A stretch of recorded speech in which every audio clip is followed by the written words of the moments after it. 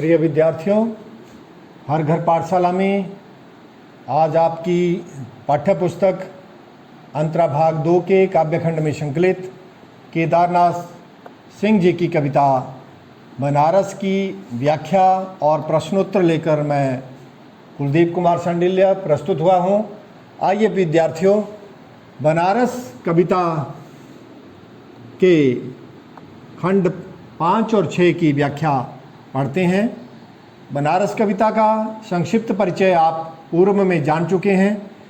बनारस एक भारत का प्राचीनतम एक सांस्कृतिक शहर है जो अपनी सांस्कृतिक वैभव और श्रेष्ठ बनारसीपन के लिए जाना जाता है। इस शहर के बारे में मिथ की गाथा है कि भगवान शिव की त्रिशूल पर वशी ये नगरी है। काशी भी इसका एक नाम है। गंगा के सानिध्य से मोक्ष की अवधारणा, ऐसी बहुत सारी मिथ की कथाएं जुड़ी हुई है। इस कविता में बनारस में भौतिकता और सांस्कृतिकता का, आध्यात्मिकता का जो एक संयोग है, जो एक समन्वय देखने को मिलता है, उस समन्वय के ऊपर कवि ने जो है प्रकाश डाला है। आइए जानते हैं कविता बनारस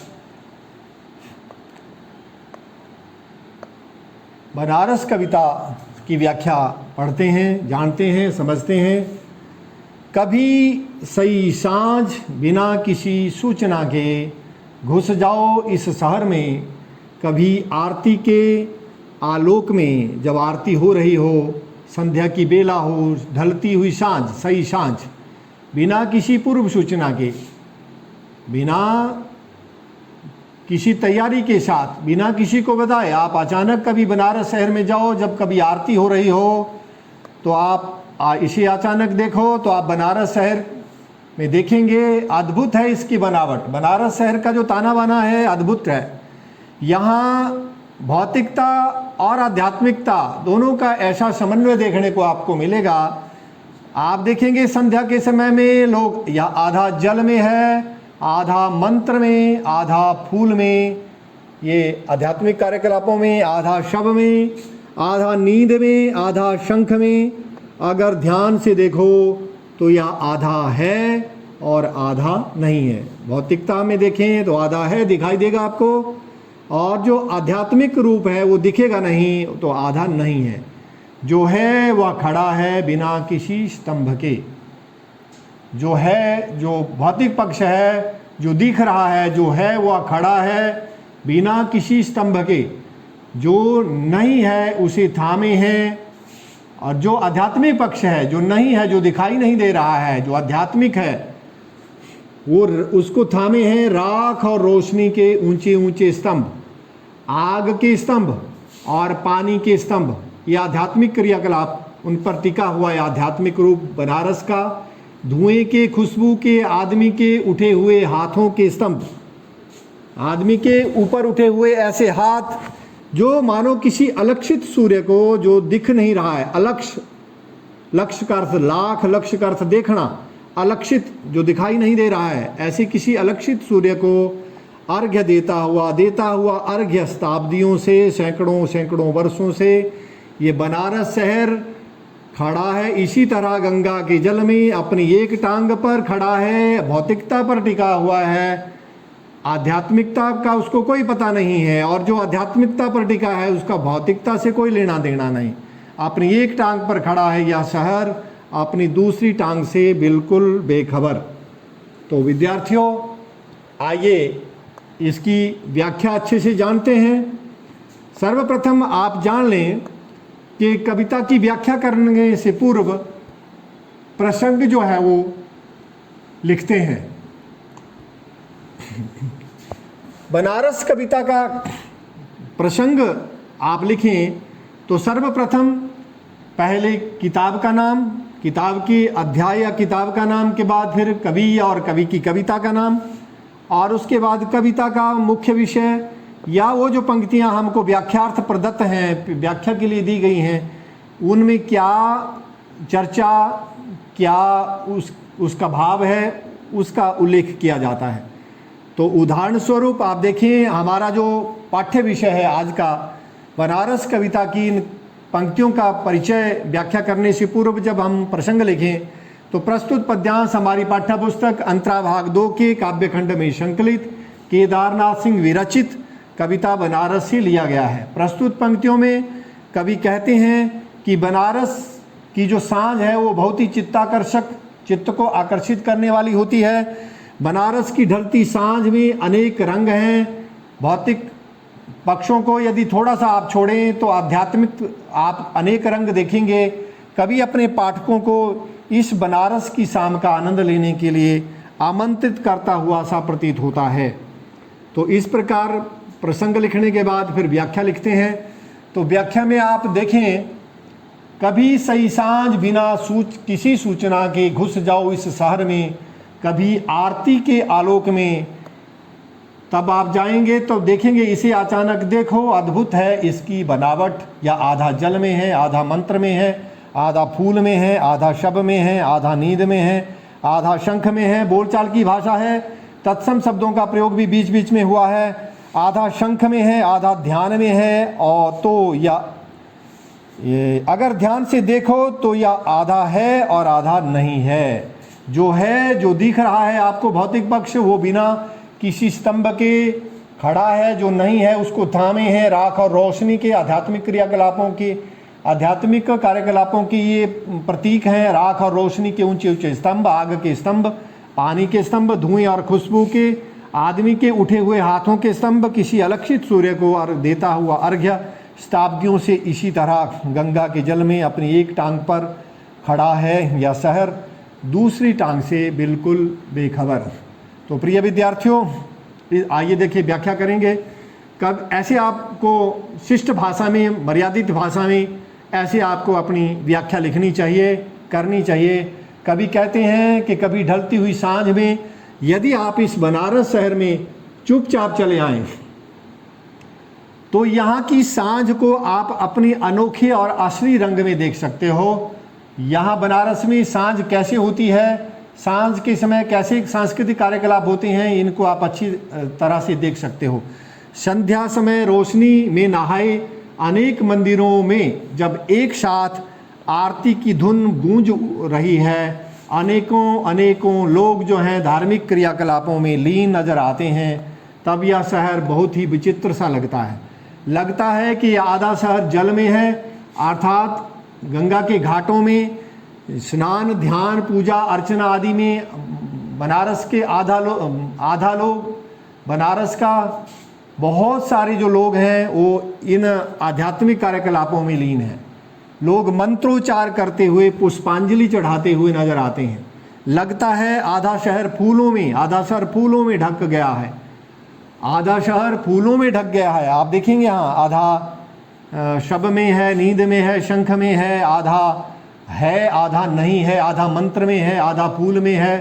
तो इस प्रकार यहाँ देखिए, आधा गंगा के जल में डूबा है ये शहर, आधा निर्जीव, जैसे मानो जो हमारी आध्यात्मिक और जो सांस्कृतिक संस्कार हैं सबकी तरह पड़ा हुआ है या सबके संस्कारों में लीन है। आधा जैसे मानो नींद की खुमारी में, जिसको दुनिया के काम धाम से कोई लेना देना नहीं है, ऐसी खुमारी में झूम रहा है, आनंदित है, आराम कर रहा है। आधा शहर जैसे आध्यात्मिक क्रियाकलापों में, धार्मिक क्रियाकलापों में व्यस्त है, शंख ध्वनि में खोया है। और यदि हम ध्यानपूर्वक देखें तो हम पाते हैं कि यह आधा शहर है, आधा आपको दिखता है भौतिक क्रियाकलापों में खोया हुआ शहर, दुनिया के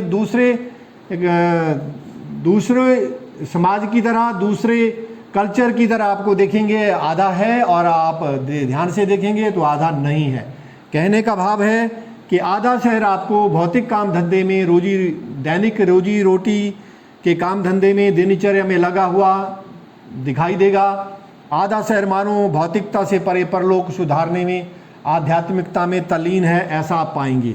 भौतिकता और आध्यात्मिकता का अपूर्व संयोग बनारस शहर की अपनी एक सांस्कृतिक विशेषता है, अपनी एक अद्वितीय विशेषता है। और ये आप ध्यान से कभी जाओ शाम के समय, कभी सही सांझ में, यदि आप बनारस में अचानक जाओ देखो, तो कभी कहते हैं संध्या समय यदि आप ये देखें तो ये अवलोकन आप कर सकते हैं, ऐसा कवि का कहना है।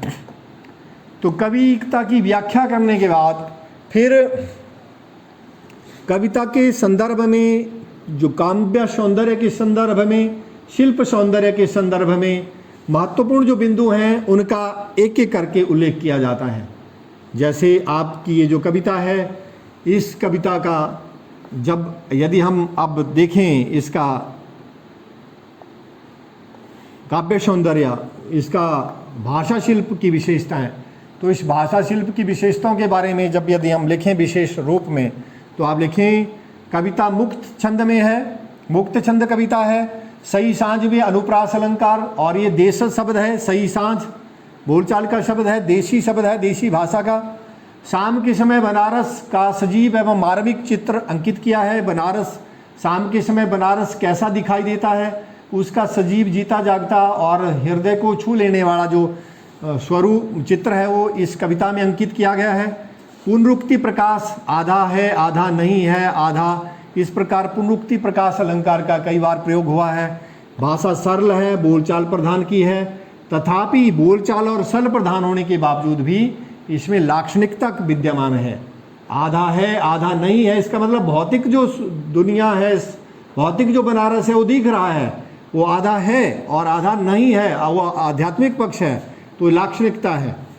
तो आगे देखें, दूसरा पद्यांश है जो है वह खड़ा है बिना किसी स्तंभ के, जो नहीं है उसे थामे हैं राख और रोशनी के ऊंचे ऊंचे स्तंभ, आग की स्तंभ, पानी के स्तंभ, धुएं के, खुशबू के, आदमी के उठे हुए हाथों के स्तंभ, किसी अलक्षित सूर्य को देता हुआ अर्घ्य। शताब्दियों से इसी तरह गंगा के जल में अपनी एक टांग पर खड़ा है यह शहर, अपनी दूसरी टांग से बिल्कुल बेखबर। तो देखें, इसकी व्याख्या करें तो प्रसंग पूर्ववत आप लिखेंगे, पूर्ववत प्रसंग लिखने के बाद आप व्याख्या करेंगे। व्याख्या में ध्यान दें, ध्यान से स्मरण करें जो पंक्तियाँ भी हमने पढ़ी। कवि कहता है बनारस का जो भौतिक रूप जो कुछ दिखाई दे रहा है वह बिना किसी स्पोर्ट के, बिना किसी स्तंभ के, बिना किसी खंबे के खड़ा है, सदियों से किसी अलौकिक नियमों सिद्धांतों पर परिचालित है, ऐसा नहीं है। अपितु वो सांसारिक जो नियम है, बिजनेस के जो नियम है, वो नियम वहाँ भी लागू होते हैं। सांसारिक लोभ लालच पर आधारित है ये सारा व्यापार, ये भौतिक स्वरूप, अर्थात संसार का या भौतिक भाग जो है सांसारिक नियमों और सिद्धांतों से ही चलता है। आधा है और वो इन सिद्धांतों पर ही, सांसारिक नियमों पर ही चल रहा है, तथा आधा नहीं है। और तथा बनारस का जो आध्यात्मिक रूप है वह लोगों के मन की आस्था, श्रद्धा, विश्वास, भक्ति आदि के सहारे टिका हुआ है। अर्थात बनारस का जो आध्यात्मिक रूप जो हमें दिखाई नहीं देता, आधा है और आधा जो नहीं है, जो नहीं दिखाई देता, उसे यज्ञ और चिता की आग व राख के रोशनी के ऊंचे ऊंचे खंबे, ऊंचे ऊंचे स्तंभ, पानी के स्तंभ, पानी के खंबे, पानी के ऊंचे ऊंचे वो जो अर्घ्य आदि दिए जा रहे हैं, धुएं और खुशबू के, यज्ञ की अग्नि के जो धुआं है और उसकी जो खुशबू है, पूजा, प्रार्थना, अर्चना आदि करने के लिए मनुष्य ने जो नमस्कार की मुद्रा में या ध्यान की मुद्रा में, सूर्य नमस्कार आसन की मुद्रा में जो खड़ा है, कहीं कोई मनुष्य के ऊपर उठते हुए हाथों के खंबे थामे हुए हैं। अर्थात बनारस का आध्यात्मिक पक्ष जो है लोगों की आस्था और विश्वास पर सदियों से ऐसे ही टिका हुआ है। ऐसे ही आप देखें दशाश्वमेध घाट पर निरंतर जल रही जो चिताएं हैं, उन चिताओं की आग की लपटें, गंगा की झलकती हुई धारा, यज्ञ की ऊपर उठती हुई आग और सुगंध, और आरती के गाते हुए जो भक्तों के ऊपर उठे हुए जो हाथ हैं, जो स्वर हैं, उच्च स्वर में जो गायन कर रहे हैं, और उनके हाथ जो ऊपर उठे हैं, बनारस शहर के आध्यात्मिक स्वरूप को सदियों से इसी तरह थामे हुए हैं।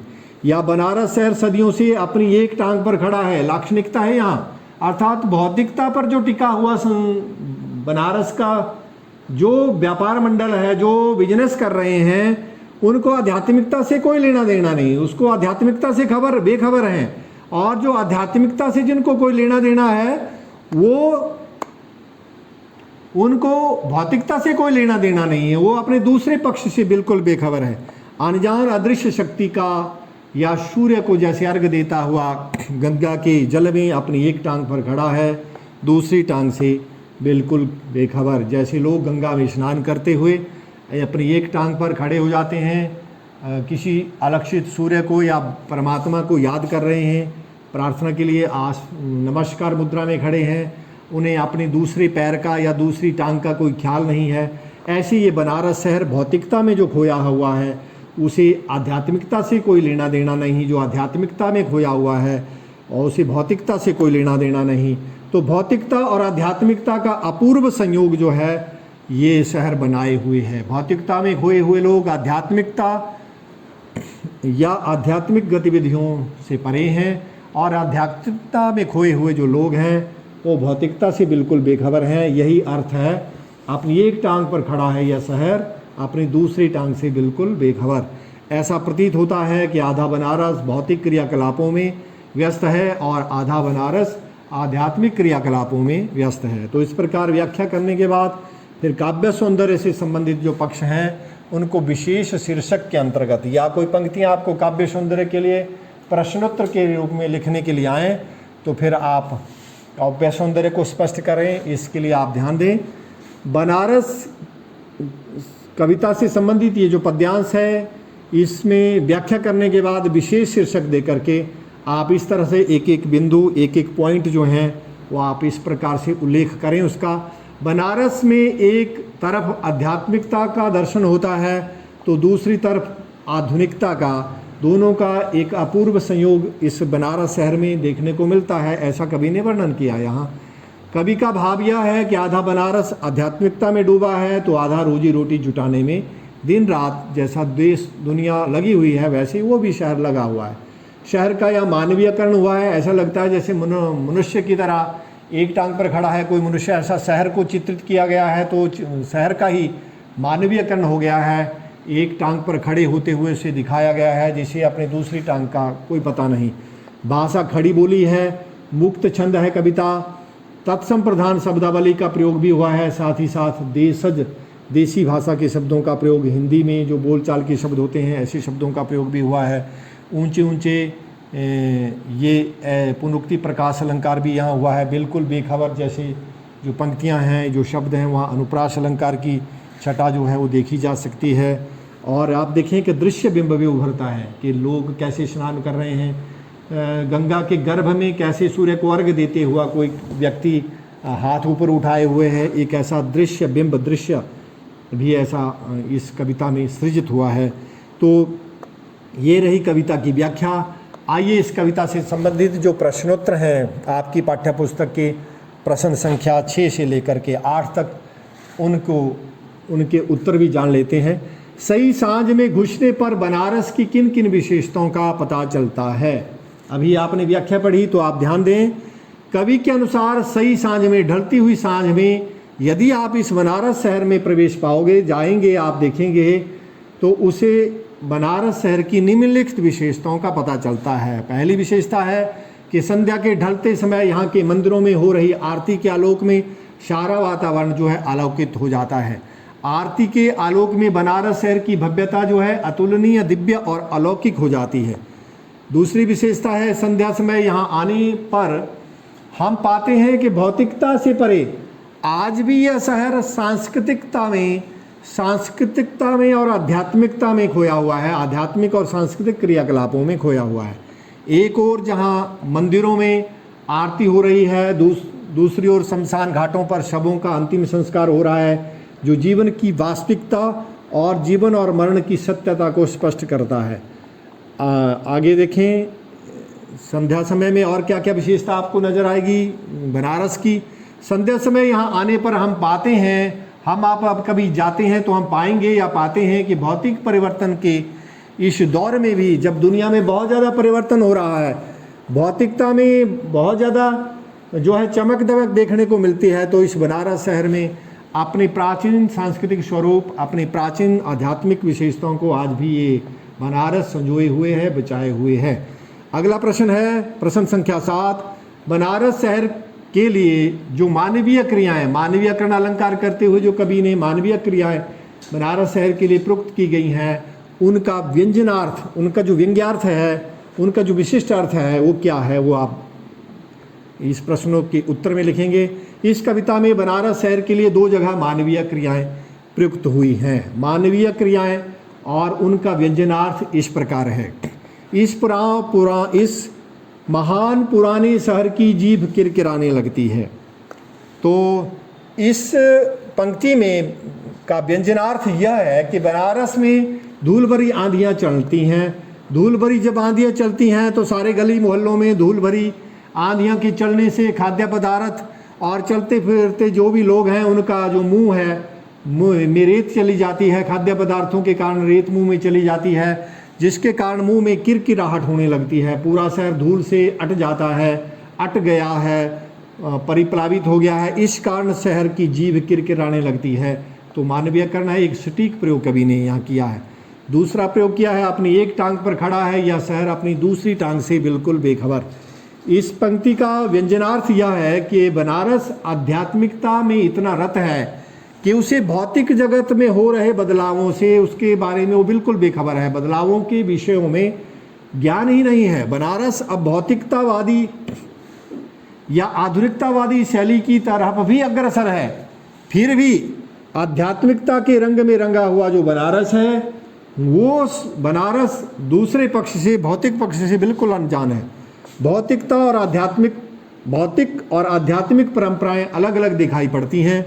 आध्यात्मिकता में लीन बनारस भौतिकता से अनजान है। यह इस प्रश्न का उत्तर है। आगे देखें, 8वां प्रश्न महत्वपूर्ण प्रश्न है। शिल्प सौंदर्य स्पष्ट कीजिए। यह धीरे धीरे होना, और आगे अंतिम पंक्ति है, समूचे शहर को बांधे हुए है यह। तो इस पंक्ति का शिल्प सौंदर्य आप इस प्रकार स्पष्ट करेंगे। शिल्प का मतलब भाषा, शैली, भाषिक जो विशेषताएं हैं उनका वर्णन आपने करना है, उनका उल्लेख करना है। कवि के कहने का भाव है कि दुनिया की दौड़ धूप से परे आज भी बनारस अपनी रौ, अपनी गति, अपनी धीमेपन, अपने बनारसी रंग में रंगा हुआ नजर आता है। यहाँ कोई दुनिया की दूसरे देशों की तरह या भारत के अन्य शहरों की तरह यहाँ कोई आपाधापी नहीं है। धीरे धीरे होना में पूर्णोक्ति प्रकाश अलंकार का प्रयोग हुआ है।